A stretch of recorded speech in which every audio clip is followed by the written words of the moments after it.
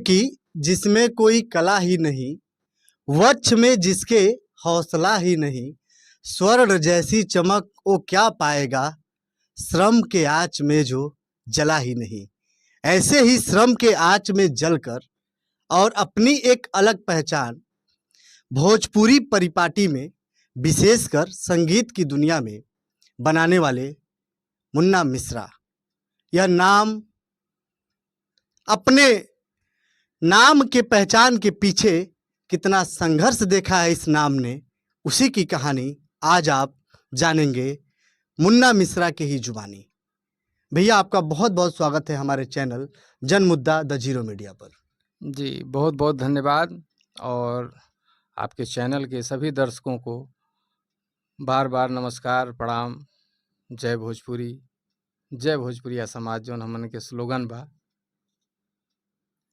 पहला प्रश्न मेरा आपसे ही बनता है भैया कि मुन्ना मिश्रा के बनने की कहानी क्या है, कहाँ से चले थे और अभी कहाँ है, और एक और उसमें प्रश्न जुड़ेगा कि क्या अभी पाने की लालसा। मुन्ना मिश्रा गांव से निकले थे मुंबई के लिए, और मुंबई जिस लिए गए थे, जो चीज़ सीखना था वो सीखे, और सीख करके अपने गोरखपुर में, अपने जनपद में आए और अपना काम विस्तार किए, बढ़ाए। और माता रानी ने जितना हमने मेहनत किया, जो हम मेहनत कर रहे हैं, माता रानी उस हिसाब से हमें फल दे रही हैं। नहीं, इतना शॉर्टकट में आपको नहीं समेटना है। आपको यह बताने से मुंबई कोई गया, वहाँ सीखा, आया और सफल हो गया, इतनी आसान कहानी होती नहीं है। कुछ वो चीज़ बताइए कि आप जब गांव में पहली बार कैसे आपने सोचा कि हमें संगीत की दुनिया में जाना है, पहली बार कहाँ से प्रेरणा जगी आपको, और फिर मुंबई में जब आप पहुँचे तो कुछ वैसी चीज़ें जहाँ से आपको लगा हो कि नहीं, मुझे कुछ करना ही करना है, और फिर क्या रहा कि आप गोरखपुर जनपद बनाकर अपने इस स्टूडियो का निर्माण किया। जैसे सबका होता है कि हम लोग गांव में हैं, और कीर्तन भजन मंडली जो होती है, स्कूल होता है, स्कूल के लाइफ से ही हम थोड़ा सा गाते भी थे, और लिखने का भी शौक़ था मेरा। और हमारा ननिहाल है रेवड़ाडीह, कौड़ीराम के ही पास में, तो वहाँ पर हम लोग जाते थे, और हर मंगलवार को वहाँ पर भजन होता था। मंदिर है, और लोग वहाँ पर, गांव के लोग बड़ा अच्छा गाते हैं, वहाँ पर होता था। तो हम हमेशा हर मंगलवार को गांव से वहाँ पहुँच जाते थे ननिहाल, कि हम जाएंगे तो वहाँ भजन वगैरह कुछ गाया जाएगा। तो जाते थे, वहाँ गाते थे, प्रेरणा मिलती थी, लोग सुनते थे, पसंद करते थे। अच्छा, हमारा एक आदत और था कि जो हम आज मंगलवार को जो गा देते थे, वो अगले मंगलवार को नहीं गाते थे। फिर हम लिख करके नया गीत लेकर के आते थे, फिर अगले मंगलवार को सुनाते थे। तो लोग बहुत इसमें ये होते थे कि भाई, ये तो एकदम नया नया चीज़ लेकर के हर मंगलवार को सुना रहे हैं। तो इससे हौसला लोग देते थे कि नहीं, तुम गाओ, अच्छा है, कर रहे हो। पहले गाने के लिए मुझे लोग उकसाए खूब, और मैंने कुछ गीत गाए भी, और फिर कार्यक्रम भी किए। मुंबई गए, मुंबई जाने के बाद में फिर उसके बाद सीखने का जो दौर रहा, पहले स्ट्रगल किए, भरपूर स्ट्रगल हुआ कि कहाँ कैसे क्या कुछ मिले रास्ता, कि क्या किया जाए। सिंगर वाला भी थोड़ा बहुत हुनर था, राइटिंग था ही, और मेन था कि सीखना था मुझे संगीत वगैरह, रिकॉर्डिंग के लिए, चाहे ये सब चीज़ करने के लिए मेरा पहले से सोच था। लेकिन समय के हिसाब से हम बदलते ढलते चले गए कि मंजिल, लेकिन हमको मिला वो चीज़, लेकिन बहुत ही धक्के खाने के बाद में। जैसे बहुत से लोगों के जीवन में होता है, बनना कुछ और होता है, ट्राई कुछ और करते हैं, और आखिरी में सफलता कहीं और होती है, संतुष्टि कहीं और मिलती है। तो आप निकले गायक बनने, लोगों ने हौसला दिया, कुछ कार्यक्रम भी हुए, उसके बाद आपको लगा नहीं, मेरे लिए कुछ टेक्निकल चीज़ें हैं जो मुझे ज़्यादा अटैच कर रही हैं, और आज आप एक सफल संगीतकार के रूप में अपने जीवन को आगे बढ़ा रहे हैं और भोजपुरी को समृद्ध करने में लगे हुए हैं। मेरा दूसरा प्रश्न यह होता है, हम इस समय गुरु गोरक्षनाथ की नगरी गोरखपुर में बैठे हुए हैं। गोरखपुर से ही भोजपुरी साहित्य का इतिहास अगर आप पढ़ें तो गुरु गोरक्षनाथ से शुरू होता है। जब हिंदी भाषा में पढ़ाया जाता है लोगों को, तो भोजपुरी साहित्य का इतिहास, उसमें एक इम्पॉर्टेंट चैप्टर है। गुरु गोरक्षनाथ से शुरू होकर महेंद्र मिसिर, भिखारी ठाकुर, मोती बीए होने के बाद शारदा सिन्हा, भरत शर्मा व्यास के बाद आज जो भोजपुरी संगीत की दुनिया है, आज के भोजपुरी संगीत को लोग आज की भोजपुरी संस्कृति से जोड़ते हैं जो भोजपुरी को नहीं जानते हैं। आपको क्या लगता है इस विषय में वर्तमान भोजपुरी संगीत की जो दुनिया है वह कहाँ चूक जा रही है? नहीं, भोजपुरी जो हमारी कला है और जो संस्कृति है, हम बिल्कुल चूक रहे हैं। और चूक ये रहे हैं कि हम जड़ को समझ नहीं पा रहे हैं, जड़ तक जाने का प्रयास नहीं कर रहे हैं। हमारा स्पीड हो गया है, हम चाह ही नहीं रहे हैं कि समय दें। हम ये चाह रहे हैं कि अभी आज आए और मार्केट में हम तुरंत हिट हो जाएं। बस मेरा उद्देश्य ये हो रहा है। हम लोग जो कर रहे हैं, अगर उसके तह तक जाए ना, कि भोजपुरी जैसे आप कह रहे हैं कि बाबा गोरखनाथ से शुरुआत हुआ, तो ये सब चीज़ जानकारी की चीज़ है ना। अगर हमको नहीं जानकारी है तो हम किसी से जानकारी लें। अच्छा, बातें दो हो रही हैं। एक तो किसी के पास समय नहीं है। अभी का तरीका ये हो गया है कि फटाफट शॉर्टकट एकदम रास्ता अपनाना है कि किस तरीके से मुझे ख्याति प्राप्त हो जाए, मैं किस तरीके से पैसा कमा लूँ, लोग मुझे जान जाएं। तो इसके चक्कर में ना हम पीछे नहीं जा रहे हैं, उसको देख ही नहीं रहे हैं। हम बस ये जा रहे हैं कि बस अभी आगे हमको बस यहाँ पहुँच जाना है। मंजिल तो हमको दिख ही रही है, लेकिन मंजिल पहुँचने का जो रास्ता है वो हम शॉर्टकट अपना रहे हैं। अगर वो पीछे की चीज़ अगर जानकारी हम ले लेना, तो आज जो भी चीज़ है भोजपुरी में बहुत सारा सुधार हो जाएगा, बहुत सारा बदलाव आ जाएगा। और जबकि हर कलाकारों को इस पे ज़रूर सोचना चाहिए। और जब पूरी जानकारी आप लेकर के आएंगे ना, तो कॉन्फिडेंस के साथ में बोलेंगे। अभी जैसे किसी का बताया हुआ बात आप बोलेंगे और जो आपको खुद के अंदर जानकारी है, उसमें फ़र्क होगा। तो जानकारी हम नहीं ले पा रहे हैं, यही सबसे बड़ा एक दिक्कत हो रहा है कि भोजपुरी को हम समझ नहीं पा रहे हैं कि हमारे भोजपुरी में तो इतने गीत हैं, चाहे भोजपुरी के जो भी चीज़ हमारे यहाँ बोली जाती है, जन्म से लेके हाँ, मृत्यु तक गीत है। हर चीज़ है एकदम, जन्म से लेके मृत्यु तक है।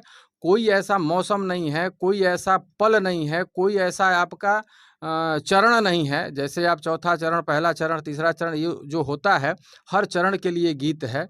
कोई ऐसा मतलब आप एक चीज़ भी नहीं कह सकते हैं कि इस पे हमारा भोजपुरी गीत नहीं है, बशर्ते आप केवल बस उसको देखना चाहें। तो इसके बावजूद भोजपुरी जो इस समय दिखाई जा रही है, जो सुनाई जा रही है, ऐसा नहीं है कि भोजपुरी साहित्य को और भोजपुरी गीत पे अच्छे काम नहीं हो रहे हैं, काम हो रहे हैं। उनकी तादाद कम है, उनको सुनने वालों की संख्या कम है। लेकिन जो बाहर के लोग हैं, जो इस प्रदेश के भाषा को, इस भाषा को नहीं जानते हैं, तो वह तो जो मिलियन में जो स्टार जा रहे हैं, उन्हीं के गीतों को सुनेंगे और उन्हीं के गीतों को सुनकर वे एक आकलन लगाते हैं कि यह भाषा ऐसा है, यहाँ के लोग ऐसे हैं। लेकिन मैं आपसे यह इसलिए पूछ रहा हूँ क्योंकि आपने लगभग वर्तमान में भोजपुरी के जो सबसे बड़े स्टार कहे जाते हैं, चाहे वह पवन सिंह हो, चाहे खेसारी लाल यादव हो, चाहे अरविंद अकेला कल्लू हो, राकेश मिश्रा हो, रवि किशन हो, लगभग सभी के साथ आपने काम किया है। मैं आपसे एज ए प्रोफेशनल नहीं, एज ए व्यक्तिगत तौर पे जानना चाहूँगा कि उनका क्या निचोड़ रहता है इस विषय को लेकर सोचने का। क्या वे भी यही कहते हैं कि दर्शक सुनना चाहते हैं? क्योंकि इस मुहिम को जो लोग चलाते हैं, दो ही बात होती है। गायक मंडली कहती है कि दर्शक जो सुनना चाहते हैं हम वो परोसते हैं, और श्रोता कहते हैं कि जो आता है उसी में हम लोग काम चलाते हैं। आपको क्या लगता है? जैसे देखिए, ये जो भी जितने स्टारों का आप नाम लिए हैं ना, ऐसा नहीं कि इन लोगों के पास जानकारी नहीं है। ये लोग हमारे भोजपुरी के जो कल्चर गीत हैं, चाहे जो भी है ना, ये इन लोगों को भी जानकारी है। अगर आप नज़दीक में जाएंगे ना, तो इनके पास सब जानकारी है, हर विधा की जानकारी है। ठीक है, सब कुछ तो सबको नहीं होता है, लेकिन फिर भी इन लोग को बहुत कुछ जानकारी है। परोसते ये लोग नहीं हैं। परोसते इसलिए नहीं हैं, उसका देखिए दो बातें हैं कि यहाँ पर अभी हो गया है व्यवसाय। संगीत एक व्यवसायीकरण हो गया है। संगीत भाव नहीं रह गया है।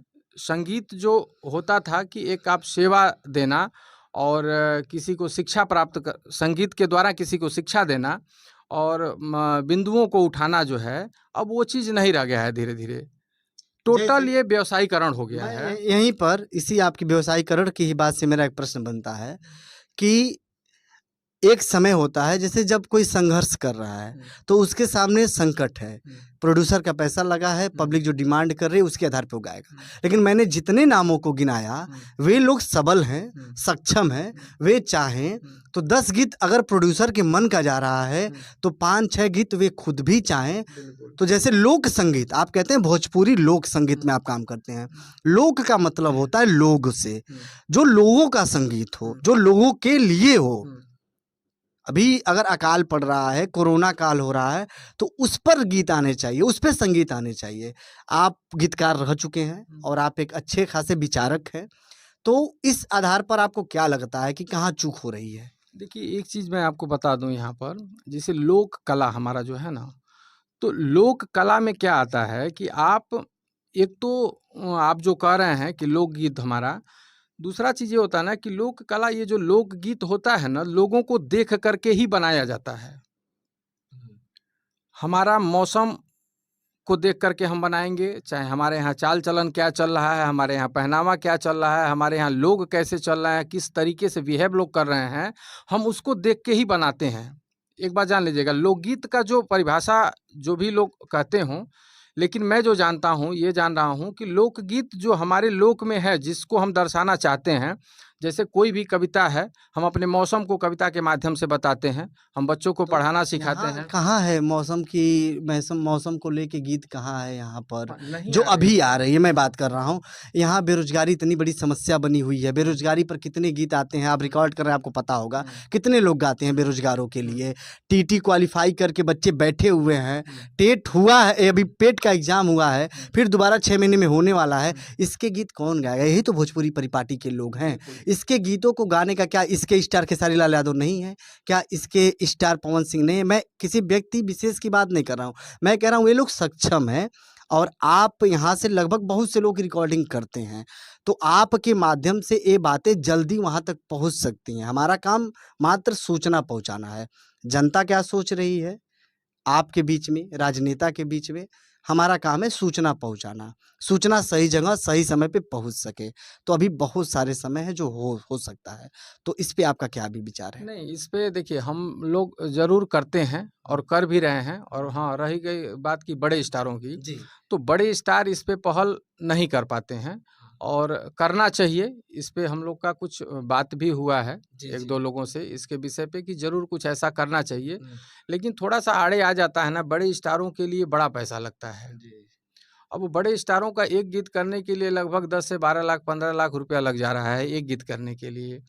तो समस्या एक वहाँ आ जा रहा है कि जी। 10-12 लाख रुपया हम लगा रहे हैं और श्रोता हमें सुन नहीं रहा है। जी। दूसरा ये एक चीज़, प्रश्न ये खड़ा हो जा रहा है, हाँ। क्योंकि अभी जो आप कह रहे हैं ना कि किसी भी विषय को आप उठाइए, हर महीने में मैं आपको बता दूँ कि 4 से 5 गाना कम से कम ऐसा करता हूँ जी, जी। कि जो सामाजिक स्तर का होता है और उसको लोग सुनते नहीं हैं। एक ये होता है, मैं फिर भी ज़बरदस्ती करता हूँ, जी। लेकिन कब तक करूँगा? ये भी सही है। आप जिसके लिए अभी बेरोज़गारी की बात कर रहे हैं ना, बेरोज़गारी के लिए अभी गीत बनाया जाएगा, वही बेरोज़गार नहीं सुनेगा। ये और किसी महिला के व्यक्तिगत स्थानों पर चिन्हित करके गीत सुना जाएगा तो मिलियन में चला बिल्कुल। जाएगा। चलिए इस मुद्दे पे बात किया जाए तो बहुत लंबी बहस हो जाएगी। हम अपने अगले प्रश्न की तरफ बढ़ते हैं। आपके ऊपर एक आरोप लगता है समय-समय पर। मुन्ना मिश्रा एक अच्छे संगीतकार हैं। गोरखपुर से पहले ऐसे संगीतकार हुए जो पूर्ण रूप से स्थापित हो चुके हैं संगीत की दुनिया में। उन्होंने हवा का रुख बदल दिया। पहले यहाँ से लोग दिल्ली, मुंबई, पटना रिकॉर्डिंग के लिए जाया करते थे। आज तमाम जगहों से तमाम प्रसिद्ध लोग और वैसे भी दर्जनों कलाकार आपके यहाँ आते हैं और अपना रिकॉर्डिंग वगैरह करवाते रहते हैं। लेकिन आरोप आपके ऊपर लगता है कि मुन्ना मिश्रा जी संगीत के साथ-साथ संगीत में राजनीति करते हैं। समय-समय पर किसी न किसी मुद्दे पर फ़ेसबुक पे लाइव आते रहते हैं। तो क्या है जो संगीत के माध्यम से नहीं निकल पाता है कि फिर एक अलग माध्यम आपको चुनना पड़ता है? क्या है? इसको थोड़ा विस्तार से बताइए। नहीं, वो लाइव आने का, एक तो हम हर मुद्दे पे नहीं आते हैं, ये गलत है। दूसरा चीज़ ये है ना कि हम जैसे राजनीति नहीं करते हैं। राजनीति अगर लोगों को समझ में आता होगा, जो लगता होगा करते होंगे। हमारा कहने का मतलब ये होता है ना कि जैसे अगर हम कोई काम को कर रहे हैं ना, तो पहले तो पूरी ईमानदारी से करें उस काम को। और जो चीज़ सब्जेक्ट है, सब्जेक्ट के हिसाब से हम काम कर रहे हैं। मेरा सिर्फ यही मुद्दा होता है कि अगर हम किसी को काम दे दिए करने के लिए, चाहे आप हमें काम दे दिए करने के लिए ना, तो जो काम है जिस तरीके का, तो उसी तरीके से हम उसका, चाहे म्यूज़िक परोसें, चाहे वीडियो परोसें, चाहे गायकी परोसें, जो भी परोसना है हमें, उस शब्द के ही हिसाब से हमको खेलना है। तो बस उसके विषय पे मैं बोलता हूँ। अगर कोई मुझे लगता है कि ये गलत हो रहा है, तो मैं उसके लिए बोलता हूँ, और न कि उनसे मेरी जाति दुश्मनी है, न तो उनसे मेरी कोई भी ऐसा मतभेद मेरे मन में नहीं होता है। मैं सिर्फ उस प्रश्न को उठाता हूँ कि आप इसको समझिए और उसको समझ करके उसको सुधार करिए। और वो मैं तब करता हूँ कि जब पर्सनली हम आपको बोल चुके होते हैं और आप उसको नहीं मानते हैं, तो मैं करता हूँ। और वो भी एक जन के लिए नहीं करता हूँ, मैं किसी पर्सनली के लिए बात नहीं वो करता हूँ, मैं सबके लिए बात करता हूँ कि इस तरीके से अगर मेरे से कोई गलती हो रही है ना, तो आप मुझे बोलिए, आप मुझे बताइए कि आप ये गलत कर रहे हैं, तो मैं कोशिश करूँगा उसको सुधारने की। सुधार की गुंजाइश तभी होती है जब हम बार-बार यह प्रयास करते रहें कि और क्या बेहतर हो सकता बिल्कुल। है। चलिए, मेरा पहला बात आपसे ये है कि रवि किशन जी का इस समय भोजपुरी में कमेंट्री पूरा चर्चा का विषय बना हुआ है। मुन्ना मिश्रा जी किस दृष्टि से देखते हैं? क्या इससे भोजपुरी को एक और ग्लोबल पहचान मिलेगी? कुछ और फ़ायदा होगा उसकी लोकप्रियता में?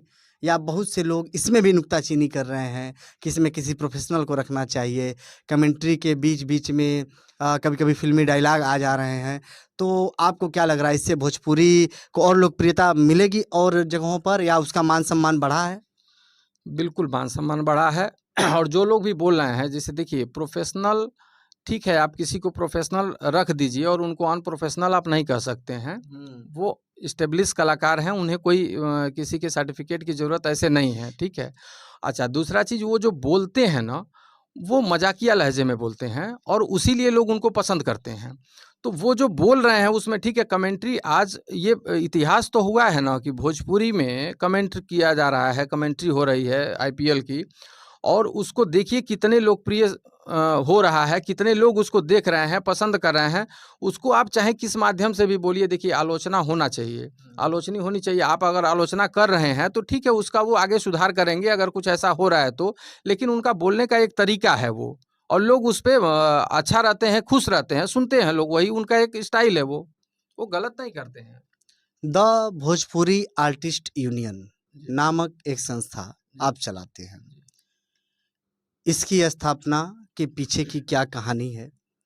और यह संस्था क्या काम करती है? जो आम दर्शक देख रहे होंगे, उन्हें कैसे पता चले, जो गाँव में कहीं दूर-दराज कलाकार हों, लोक कलाकार हों, उनके लिए यह संस्था क्या काम करती है? इस संस्था का क्या उद्देश्य है? देखिए, यह संस्था हम लोग बनाए ही थे विषम परिस्थिति में। जैसे लॉकडाउन हुआ, कोरोना काल में। कोरोना काल में 2020 में लगभग मई-जून के समय हम इसको रजिस्टर्ड किए थे। The Bhojpuri artist union trust के नाम से यूपी गवर्नमेंट से हम इसे रजिस्टर्ड करवाए थे, गोरखपुर से ही। तो ये हम लोग इसलिए किए थे कि जैसे उस समय 2-3 महीना हम लोग बहुत परेशान हुए। परेशान मतलब किस तरीके से हुए कि हर जगह से भाई, जैसे जितना संपर्क है, चाहे यहाँ से लेकर के मुंबई तक, जो भी मेरा संपर्क है, लोग उस समय बहुत परेशान थे। और किसी को खाने का पैसा नहीं, किसी को कुछ नहीं। तो जो हमसे बन पड़ता था, हम लोग 2-4 लोग थे, आपस में मिल करके किसी को राशन पहुँचा रहे हैं, किसी को कुछ भेज रहे हैं जो। मैं अपने दर्शकों को बता दूं कि इस इंटरव्यू को करने का उद्देश्य मात्र भी यही है कि हम लोग समाज में सकारात्मक चीज़ें जो लोग कर रहे हैं, उन्हीं का साक्षात्कार आपके सामने लाते हैं कि ऐसे भी लोग हैं जो समाज में सकारात्मकता अपने तरफ से बढ़ा रहे हैं, प्रसारित कर रहे हैं।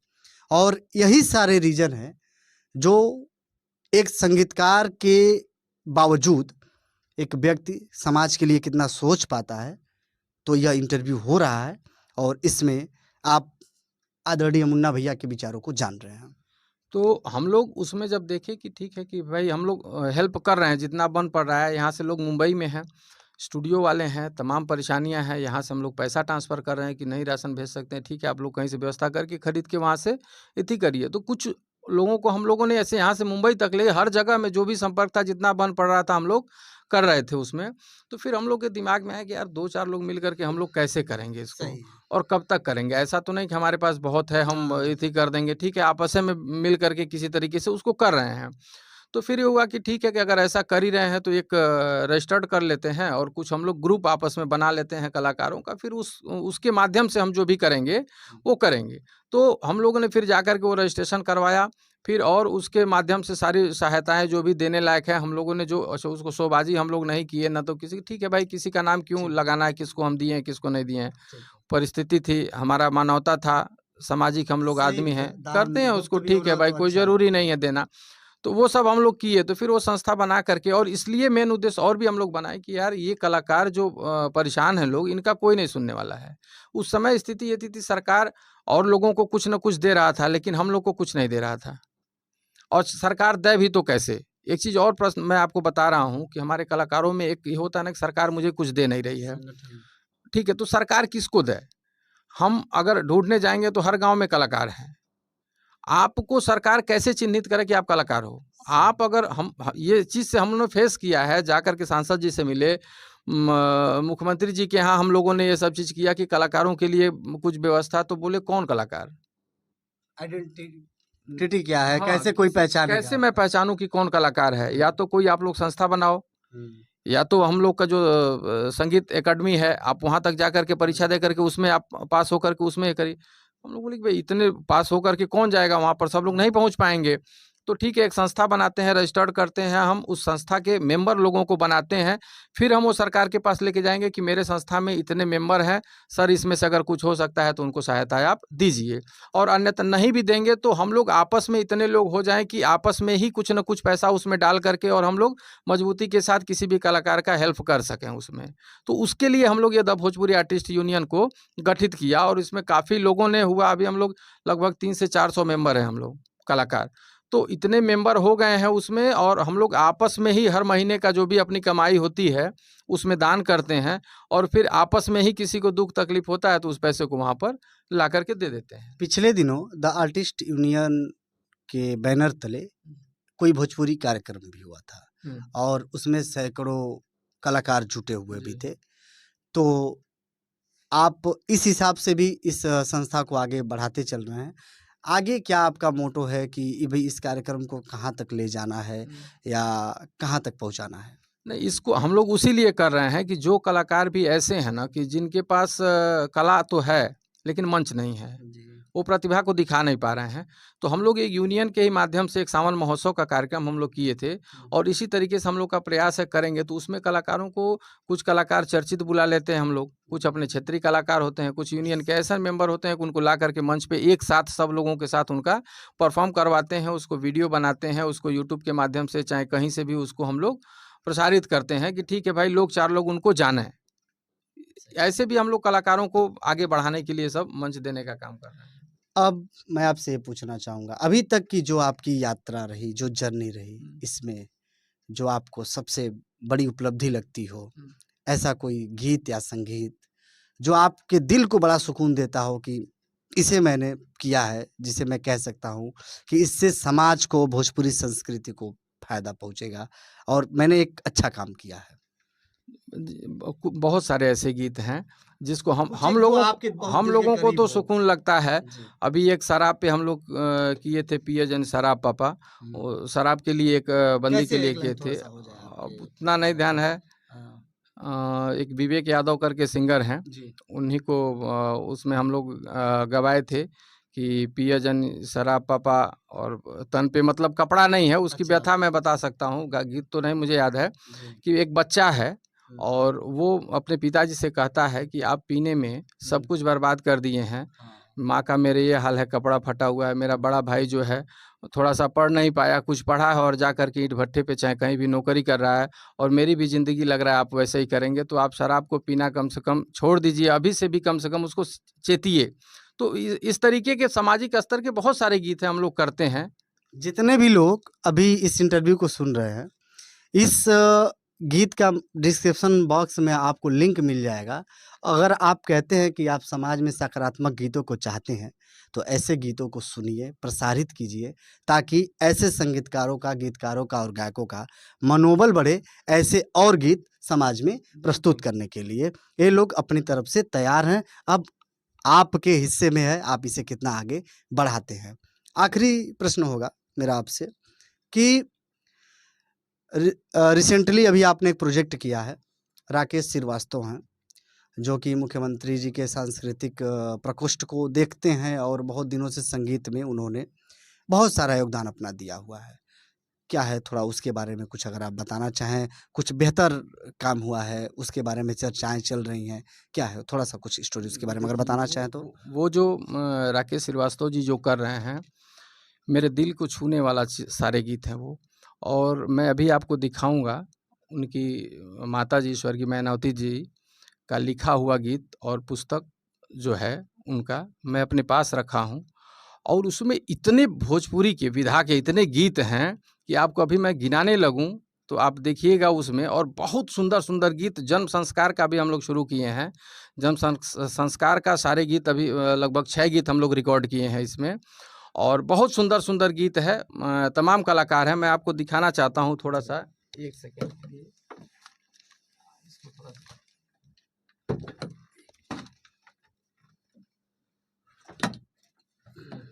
मैं आपको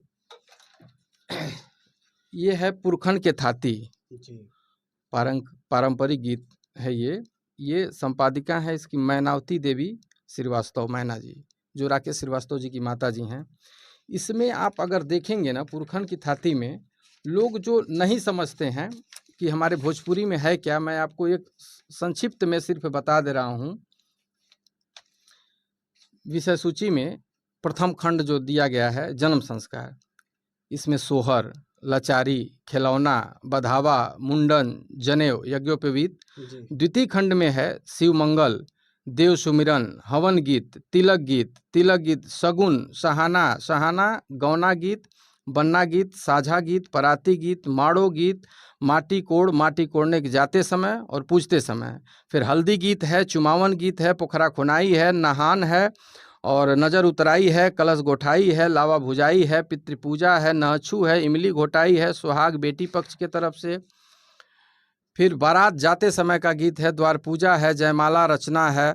फिर कन्या निरीक्षण है, दामाद परिछन बेटी पक्ष है, बर पक्ष परिछन है, बर को धोती पहनाते समय का गीत है, पानी ग्रहण गीत है, कन्यादान गीत है, भांवर गीत है, लावा मिलाई है, सिंदूरदान गीत है, कोहबर जाते समय गीत है। अब इस जो है तमाम ये लिस्ट है भोजपुरी ये लिस्ट आप हमें दे दीजिएगा, क्योंकि इसको भी हम डालेंगे डिस्क्रिप्शन बॉक्स में, ताकि लोगों को पता चले। जो नए लड़के आ रहे हैं गाने या गायक बनने का सपना लिए, उन्हें कम से कम इस विधा का तो पता हो।